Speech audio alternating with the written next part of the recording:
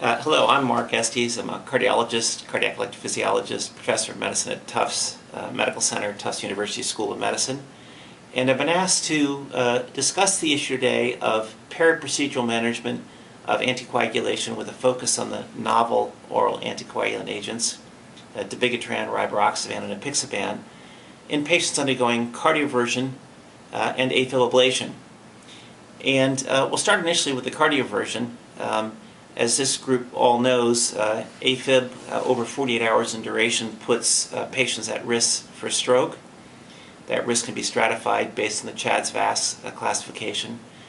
And the traditional approach has been to use anticoagulants with warfarin for a period of at least 4 weeks before, and then at least 4 weeks after, with selective continuation of the drugs after that.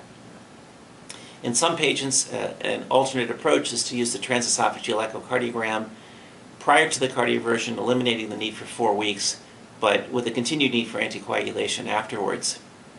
So the issue comes up of what's the role of the novel oral anticoagulant agents in patients undergoing cardioversion.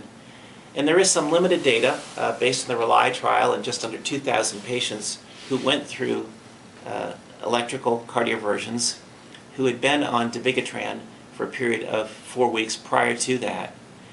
The frequency of stroke was low. It was comparable to that seen with warfarin. And with continuation of the dabigatran afterwards, we also know that the stroke rate was very low. So it is accepted now that dabigatran is an alternate to warfarin in patients undergoing cardioversion with the need for continued anticoagulation for a period of at least 4 weeks with the dabigatran, and then continuation based on the CHADS-VAS score as well. There's insufficient data for apixaban or for rivaroxaban at this point to make any recommendations about its use for AFib. Now, the other area which comes up frequently is the use of anticoagulants in patients undergoing AFib ablation. And the initial approach had been to actually discontinue warfarin, do the procedure on heparin, and then restart the warfarin.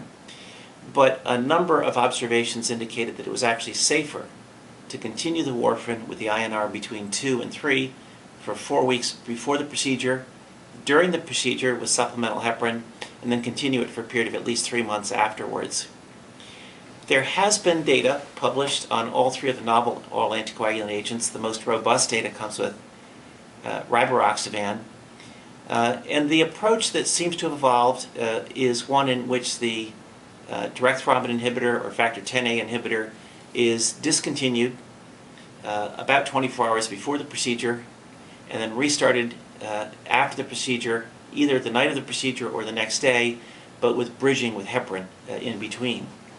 Again, the data is much more robust with rivaroxaban than it is with the other two agents. But we still have insufficient data to know about the safety and efficacy of both apixaban and rivaroxaban in the AFib patients, although there is some emerging observational data. So in summary and concluding, we are beginning to learn a little bit more about the periprocedural management of the novel oral anticoagulant agents. Both warfarin and dabigatran have adequate data to show that they are safe before and after cardioversion with warfarin, and increasingly with dabigatran, with emerging data for AFib ablations with rivaroxaban and apixaban. So with that, I will sign off, thanking you for the opportunity to participate in this.